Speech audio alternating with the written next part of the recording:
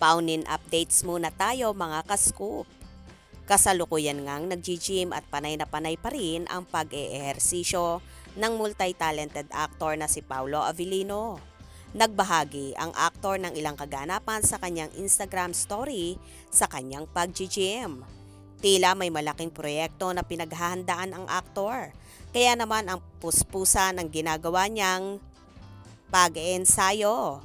Movie kaya ba ito with Janine or teleserye na ito ng Paunin?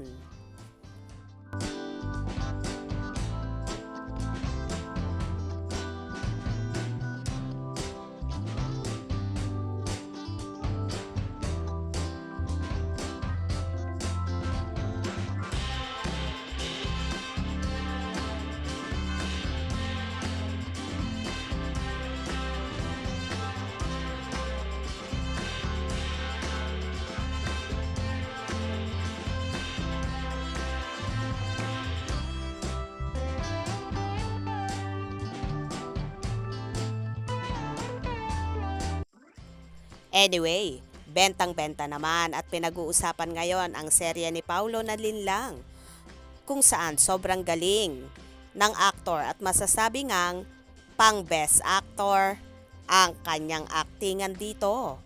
Umabot naman sa Twitter ang naging bardagulan ni na Paulo at Kim Chiu kung saan gumaganap na mag-asawa sa naturang serye. Sa ex account, dating Twitter ni Kim, nagpost ang dalaga ng kanyang reaksyon tungkol sa muling pagbisita ni Park Seo-joon sa Pilipinas para sa kanyang fan meet.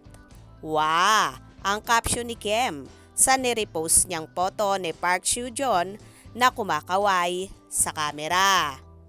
Obviously, fan na pa ng TV host actress ng Korean superstar na bumida sa mga K-drama na Itaewon Class, What's Wrong with Secretary Kim, Kill Me, Heal Me at marami pang iba. Comment ni Paulo sa ipinost ni Kim, bakit po nung umuwi si Victor sa Pilipinas, di ka ganyang ka-excited? Ang tinutukoy ni Pau na Victor luwalhati ay ang karakter niya sa seryeng Linlang kung saan gumaganap nga siyang mag-asawa ni Kim bilang si Juliana. Sagot naman ni Kim sa tweet ni Paulo, ha? Talaga? Ako? Di excited sa pagdating mo, Victor? Talaga? Bumili pa nga ako ng bagong bra at panty para sa'yo, di ba? Ang bilis mo namang makalimot. Ang nakakaloka pang pahayag ni Kimi. O di ba? Talaga namang kwelang-kwela ang naging bardagulan ni na Paulo at Kim sa Twitter.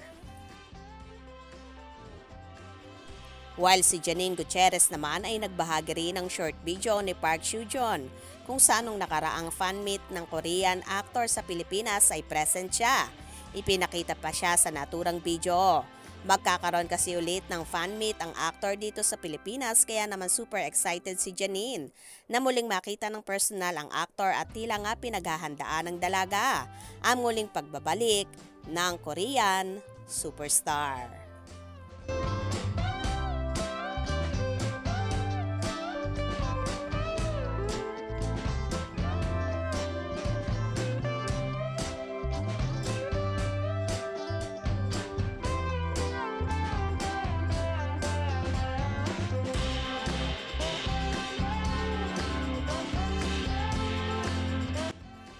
So ayun na nga guys, hindi lang pala si Kim Chiu ang nahuhumaling dito sa Korean superstar na ito dahil kahit si Janine Gutierrez ay fan na fan din at talaga namang kinikilig sa nasabing aktor.